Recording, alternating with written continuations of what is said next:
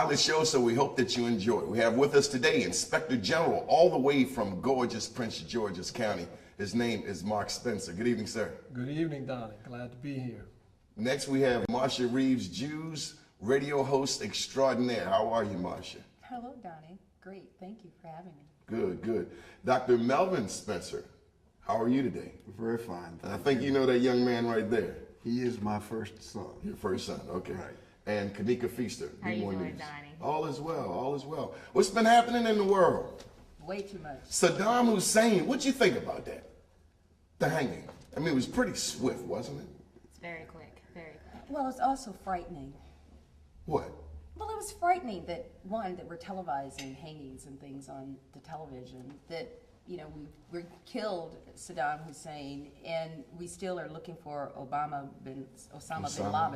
bin Laden. And I just think that we've missed an opportunity to really talk about what our real mission is, or is in Iraq. Well, it was a lie, right? It was based on a lie. It's based on a lie. We're spending over $1.2 trillion. But there's no money for public education. I'm baffled at that. Or health, or housing, or how we're going to create an environment where we have men and women who are going to prison who don't really feel that they have hope, because we haven't created an environment for them to be educated, and we haven't created an environment for them to find employment. And I think that we've lost our sense of self. If we're supposed to be the most powerful country in the world, but we haven't created an environment where we take care of our own, ergo Katrina and Rita. And Donnie, I think that's a great theme, and you know, I think it continues to resound in America as to who are we really?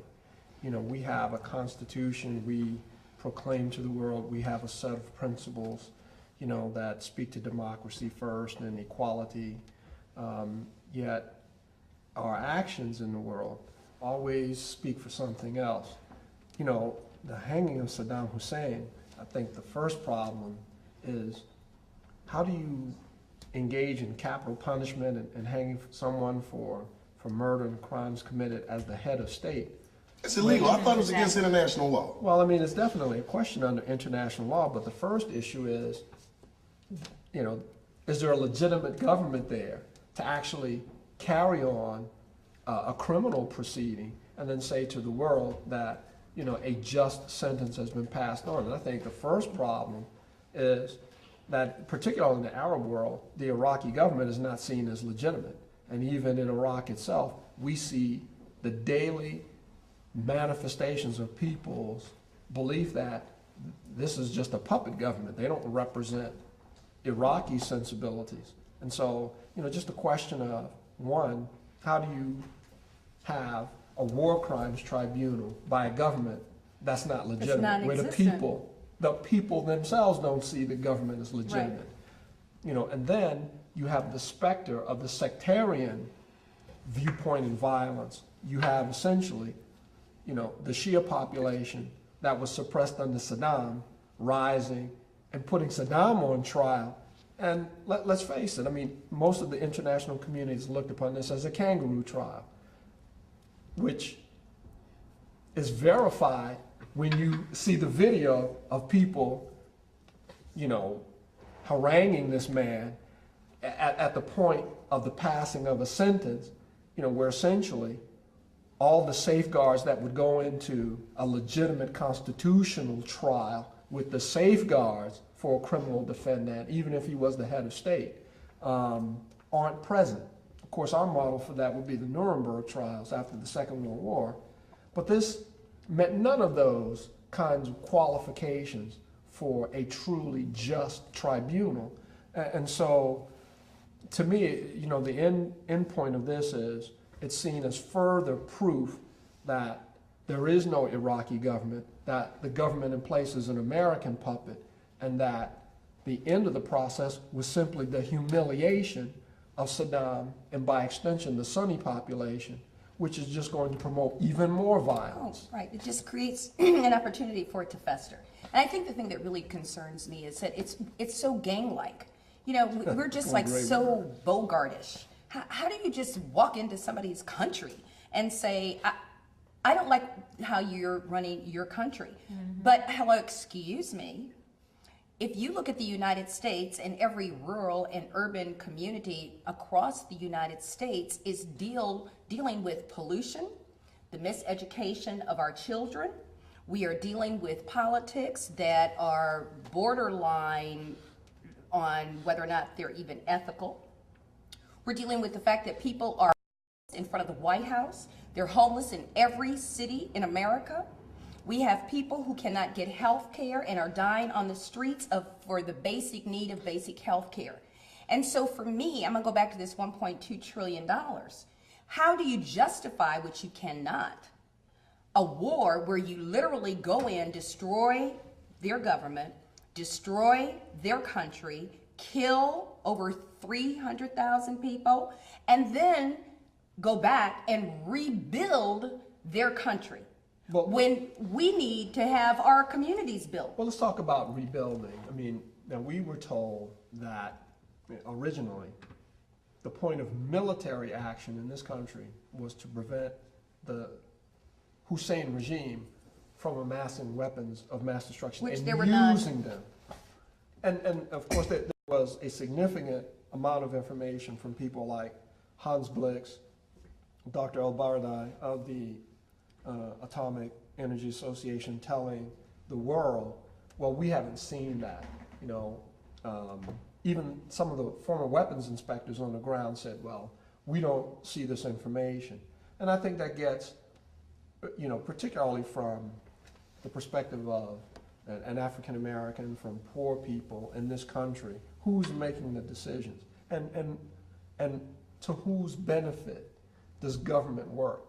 And I think Iraq is just such a clear example of the notion that government is really not working for the people, but government is meant to work for a narrow constituency, essentially of property, corporate elite, overwhelmingly white.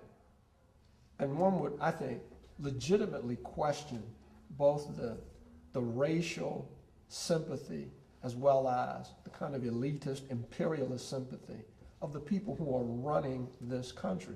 And I think it's a great point to ask, why was it necessary and why does it continue to be necessary to spend just tremendous amounts of money on this military misadventure when, in the case of Katrina, we couldn't marshal resources to invest in saving our own people from a natural catastrophe on the ground that we saw in real time. And we still haven't paid the money to make certain that Katrina, the efforts and the destruction has been rebuilt. There are still thousands of homes that are under mud.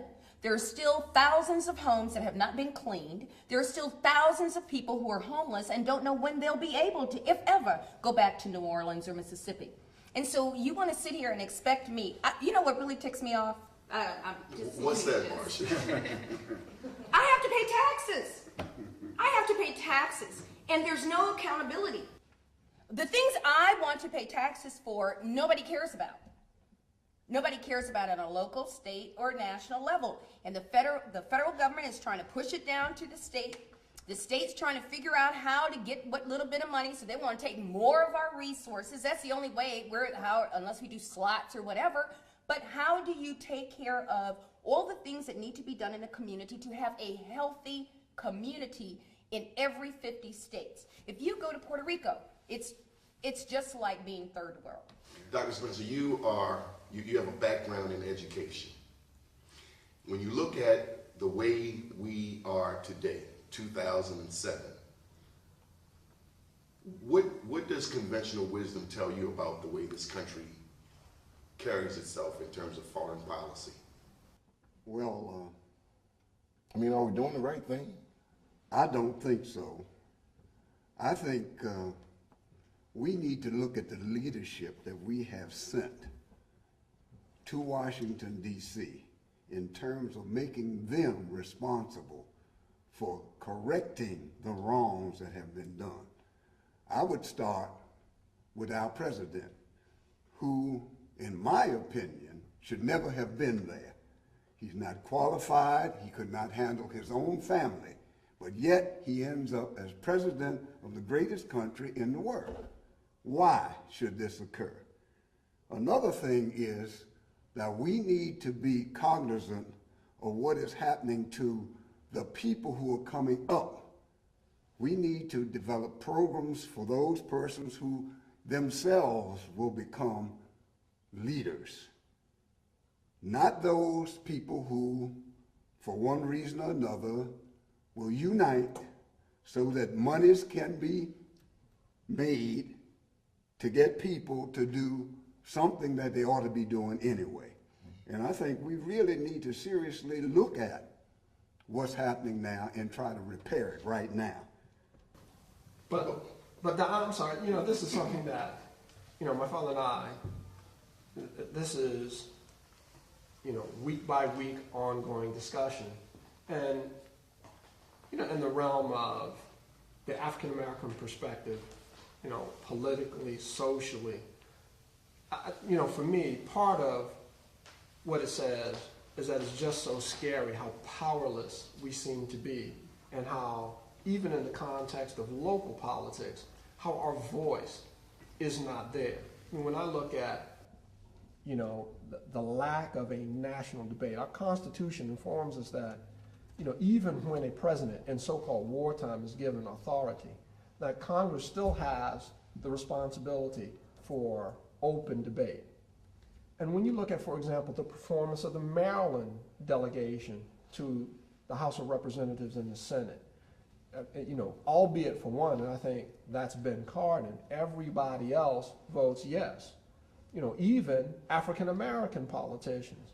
And so, for me, for example, my representative, Congressman Albert Wynn, I really have to question, what is it? What motivates his vote in favor of a use of force resolution when his constituency, overwhelmingly African American and minority, is overwhelmingly opposed to that? And in this so-called Republican form of government, what is the motivation for someone who represents me To do the right thing? to at least represent my viewpoint? That's when we have to use that vote. We got to take a pause and we're going to come back. Thank you for joining us here at Urban World. My name is Donnie Glover. We'll see you next time.